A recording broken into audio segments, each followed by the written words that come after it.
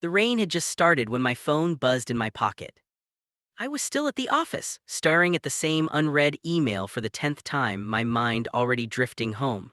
It had been a long day, meetings, deadlines, small arguments that felt big, and the constant weight of trying to be a good husband and a better father.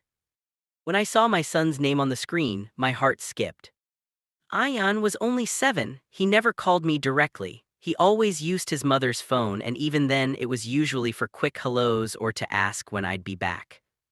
I answered with a smile in my voice. Hey champ, everything okay? There was silence on the other end, not the comfortable kind, the kind that makes your chest tighten. Then his voice came low and shaky, almost a whisper. Dad, don't come home tonight. I straightened in my chair. What do you mean, why not? Another pause. I could hear his breathing, fast, uneven. I know something about Mom, he said, something she doesn't want you to see. My first instinct was to laugh it off. Kids imagine things. They misunderstand adult conversations, create stories out of half-heard words, but something in his tone stopped me. This wasn't play, this wasn't imagination. Ian, I said gently, did something happen? Did you and Mom have a fight? No, he whispered. She thinks I'm asleep, but I saw and I heard, and I think you'll get hurt if you come home. Those words sent a chill through me. Heard how, buddies? He hesitated. I can't say. She told someone on the phone that tonight everything would change, that after tonight you wouldn't be in the way anymore. My heart began to pound. My wife Sarah and I had been married for 10 years. We had our ups and downs, financial stress, long work hours, the quiet distance that sometimes grows between two people who stop talking and start assuming, but never anything that made me fear her. She was gentle, soft-spoken, a devoted mother. Or at least that's what I thought. Ayan, where's Mom right now? I asked. In the kitchen, she's making your favorite food, the one she only cooks when she wants to make you very happy. My stomach tightened. And you heard her talking to someone. He nodded even though I couldn't see him. She said, he trusts me, he won't suspect anything, by tomorrow it'll all be over. A cold silence settled between us. Listen to me, son, I said carefully. Lock your bedroom door, stay inside. If she calls you, pretend you're asleep. I'm going to stay with a friend tonight. Promise you won't come home, he whispered. I promise. After I hung up, I just sat there staring at the wall, my mind racing. Was it possible that my own wife was planning something, poison, an accident, a setup? Or was my little boy misunderstanding something innocent? Either way, I couldn't ignore it. I texted my best friend Omar and told him I needed a place to crash. Then I called Sarah. She answered cheerfully. Hi love, you're late today. Dinner will be ready in 20 minutes. Something came up at work, I lied. I might stay out tonight. There was a pause, just a fraction of a second too long. Oh, she said softly, that's unexpected. Are you sure you can't come? I made your favorite. The way she emphasized it made my skin crawl. I'm sure, I said. Tell Ayan I'll see him in the morning. Another pause.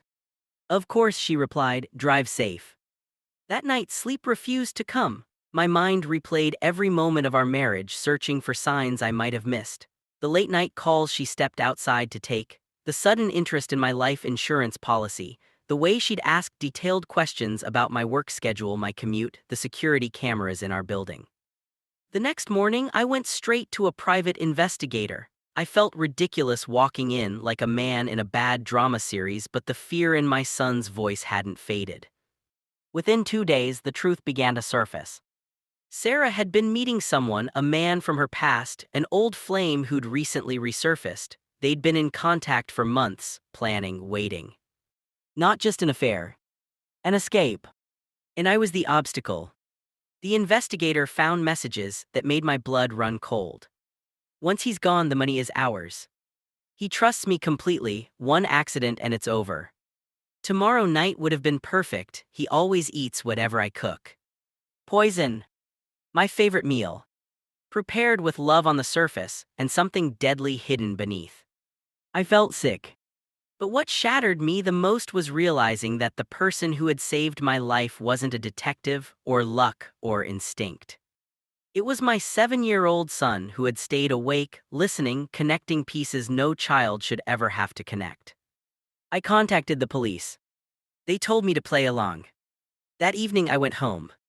I kissed my son, who clung to me like he never wanted to let go. I looked into Sarah's eyes and tried to see the woman I once loved. All I saw now was a stranger wearing her face. Dinner was served. Steam rose from the plate. My favorite food. As she smiled and watched me, the police moved in. The arrest was quiet, no screaming, no drama, just the sound of handcuffs clicking shut and a future collapsing. Later, as I tucked Ion into bed, he looked at me with wide, serious eyes. Dad, is Mom bad? I swallowed hard and brushed his hair.